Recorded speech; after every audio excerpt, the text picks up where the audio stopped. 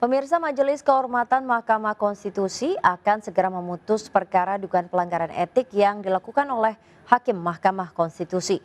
Publik pun kini menantikan akan keputusan MK ini berhasil mengembalikan marwah Mahkamah Konstitusi sebagai benteng penjaga demokrasi. Berikut Rakyat Bicara pekan ini.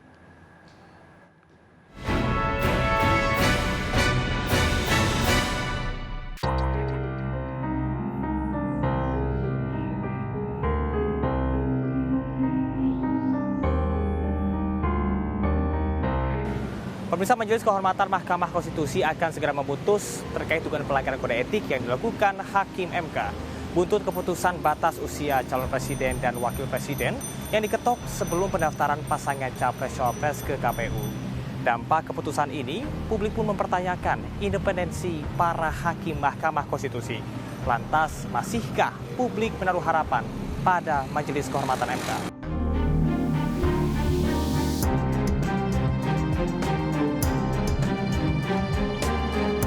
Apakah Bapak dan Ibu, Mas Mbak ini mengikuti situasi politik di Indonesia saat ini atau cukup apatis atau gimana nih? Iya dong pastinya, kalau ibu rumah tangga jangan hanya di dapur aja kali ya. Iya benar. Jadi harus tahu juga situasi atau keadaan-keadaan tentang politik, apalagi sekarang mungkin lagi rame-ramenya kali ya. Ya kalau menurut saya sih sebenarnya paling enggak jangan ada drama deh. Kalau aku tentu mau tidak mau harus mengikuti ya, karena di sini aku juga sebagai mahasiswi Fakultas Hukum mengamati apa yang terjadi di masyarakat. Kita harus memang benar-benar memahami dunia politik ya, dalam arti hal untuk supaya kita mempunyai pengalaman-pengalaman di bidang politik dan seperti apa pergerakannya, update-nya seperti apa, kita harus mengetahui sebagai masyarakat biasa, harus mempelajari itu. Yang lagi rame-rame di MK ini semuanya mengikuti ya, terkait dengan batas usia capres-cawapres ataupun juga ternyata boleh sebelum usia 40 tahun untuk bisa mencalonkan diri asal sedang menjabat sebagai kepala daerah. Tanggapannya seperti apa?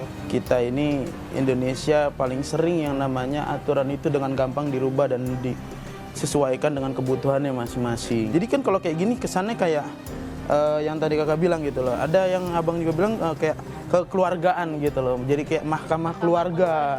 Hanya mungkin poinnya yang saat ini sedang menjadi gejolak itu kan adalah benar yang dikatakan oleh Bu Erika, itu soal proses ya, bagaimana cara Mahkamah Konstitusi ini sebagai the guardian of constitution itu memutuskan perkara ini gitu. Itu seharusnya apabila seorang hakim gitu ya memiliki hubungan kekeluargaan ataupun kekerabatan, itu dia harus mundur dari pengadilan ataupun dari perkaranya. Nah, tetapi kan apa yang terjadi saat ini faktanya tidak gitu ya. Betul.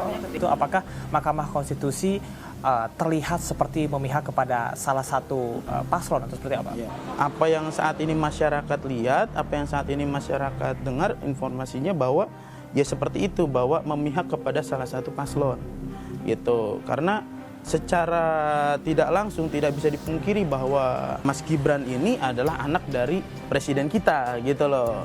Yang memang presiden kita ini dia menyatakan waktu itu di istana di beberapa paslon dia akan netral.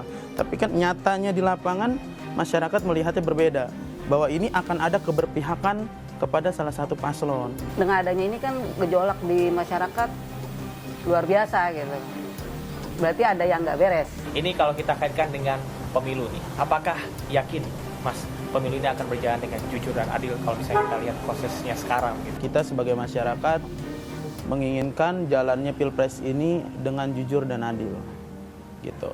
Kita mengharapkan agar pemerintah bersikap netral terhadap semua paslon, agar ada ketidakberpihakan kepada salah satu paslon. Itu yang kita harapkan, agar supaya pemilu ini berjalan dengan aman, nyaman, damai, tentram. Hukum kan bicara soal regulasi gitu ya. Nah kalau misalnya hukum ini sebagai pranata yang seharusnya dipatuhi gitu ya, bukan dilabrak terus kemudian tidak konsisten ditegakkan, itu gimana hukum bisa menjadi panglima gitu. Kemudian juga mungkin aku sebagai mahasiswa hukum mungkin menyarankan atau mengusulkan mungkin ya, barangkali suaraku di sini bisa didengar, itu terkait bolehlah mungkin Mahkamah Konstitusi di reshuffle atau ditata ulang gitu, dan kemudian Undang-Undang MK ini mungkin diamandemen. Ya kembali lagi seperti awal, harus istilahnya harus tegas lah istilahnya, itu jangan memihak ke salah satu paslon. Soalnya kita lihat kan sekarang ya maaf ya, jadi kayak semacam dari awal ada cawe-cawe. Menurut saya itu udah awal tuh kayaknya ada yang tanda kutip deh gitu istilahnya gitu. Ya harus tegas lah, kembali ke konstitusi. Pasal-pasal jangan dikutak-kutik lagi deh.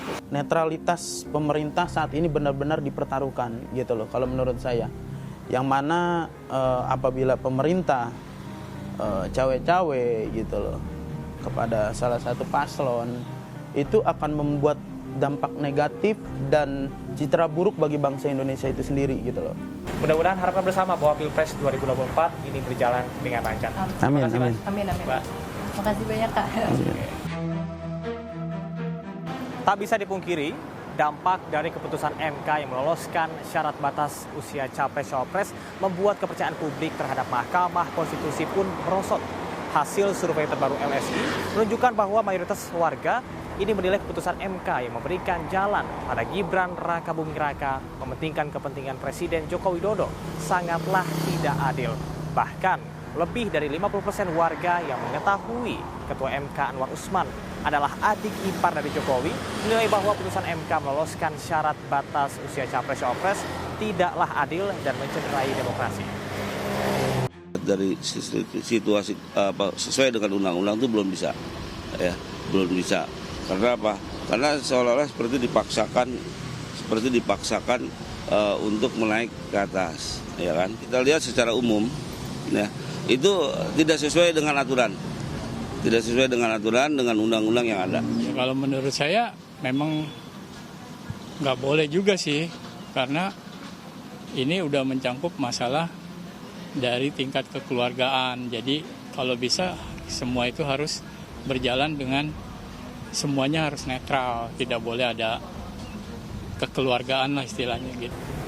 Istilah hakim sebagai perwakilan Tuhan di dunia tentu menjadi hakim sebagai profesi yang terhormat dan memiliki kekuasaan tertinggi di meja peradilan. Sudah sepatutnya para hakim menjaga integritas demi terwujudnya hukum yang berkeadilan. Dan jangan sampai Mahkamah Konstitusi yang menjadi benteng demokrasi justru mengalami degradasi arti akibat hubungan kekeluargaan yang membuat hukum justru dikorbankan. Saya Camar Heda, juru kamera Rama Ramadona. Sampai jumpa pekan depan.